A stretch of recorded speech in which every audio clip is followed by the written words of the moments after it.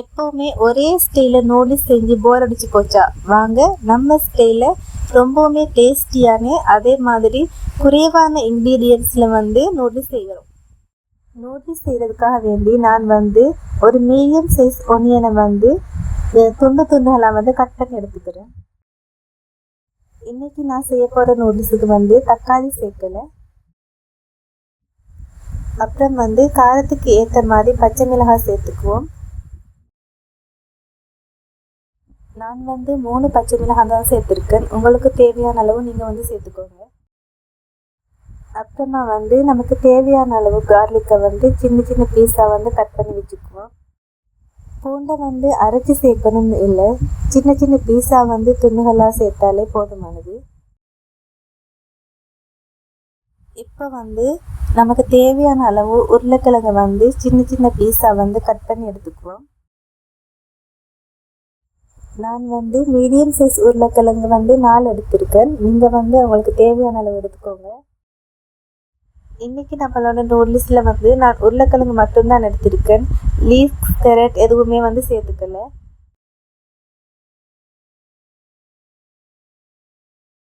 நான் நூடுல்ஸ் செய்கிறதுக்காக வேண்டி ஏற்கனவே சமைச்சு வச்சுருந்த சிக்கன் ஒரு 5-6 பீஸ் எடுத்திருக்கேன்.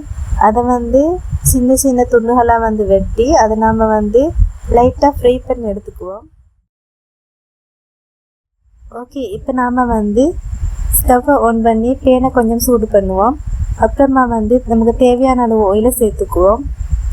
இப்போ நம்ம ஃப்ரை பண்ணுறதுக்கான சிக்கன் பீஸை கொஞ்சம் கொஞ்சமாக பேனுக்குள்ளே சேர்த்துக்குவோம். சிக்கன் பீஸ் லைட்டாக ஃப்ரை ஆனால் போதும். நம்ம கொஞ்சம் கொஞ்சம் பிரட்டி விடுவோம். அப்போ 2 பக்கமும் சம அளவில் ஃப்ரை பண்ணிப்படும். சிக்கன் 2 சைடும் லைட்டாக ஃப்ரை ஆனதும் அதை இறக்கி வச்சுட்டு அதே பேனில் இன்னும் கொஞ்சம் ஆயில் சேர்த்து நம்ம ஏற்கனவே கட் பண்ணி வச்சுருந்த ஒனியன், அப்புறம் கார்லிக், சில்லி இது எல்லாத்தையும் போட்டு லைட்டாக வதக்கி எடுப்போம்.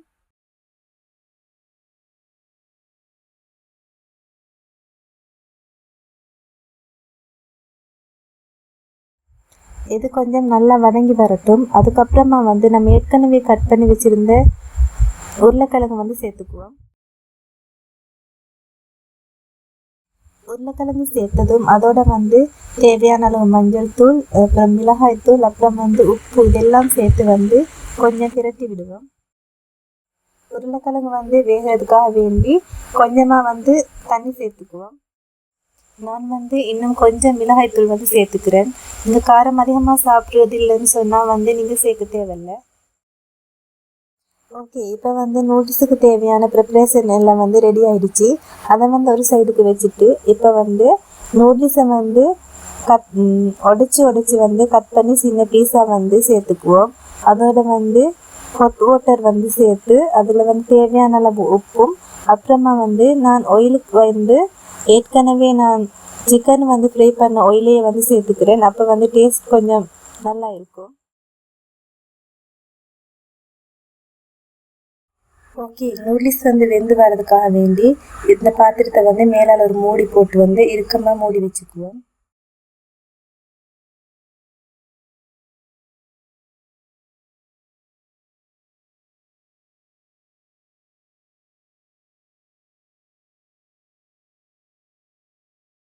ஓகே, இப்போ நூடுல்ஸ் நல்லா வெந்து வந்துடுச்சு.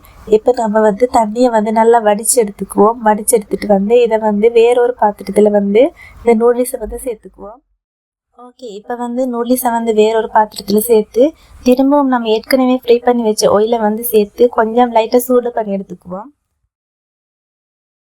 ஓகே, இது எண்ணெயோட மிக்ஸ் ஆகி லைட்டாக ரோஸ்ட் ஆகினாலே போதும். இப்போ நாம் லேயராக நூடுல்ஸையும், அப்புறம் நாம் ஏற்கனவே சமைச்சு வச்ச கிழங்கு கறி அதையும், அதுக்கு மேலே ஏற்கனவே ஃப்ரை பண்ணி வச்ச சிக்கன் பீஸையும் சேர்த்துக்குவோம். மறுபடியும் நூடுல்ஸை சேர்த்து அதுக்கு மேலே நம்மளுடைய கிழங்கு கறியும் சேர்த்து, அப்புறமா ஃப்ரை பண்ண சிக்கன் பீஸையும் சேர்த்து 2-3 லேயர் இப்படியே செஞ்சு வருவோம். ஓகே, இப்போ நாம் இது எல்லாத்தையும் ஒன்று சேர்கிற மாதிரி நல்லா ஸ்பூனால் மிக்ஸ் பண்ணி விடுவோம். ஓகே, இப்போ நாம் வந்து நல்லா கலந்து விட்டுட்டோம். இப்போ வந்து ஏற்கனவே செஞ்ச கிழங்கு கறியில் மீதி இருக்கதே வந்து மேலால் சேர்த்துக்குவோம்.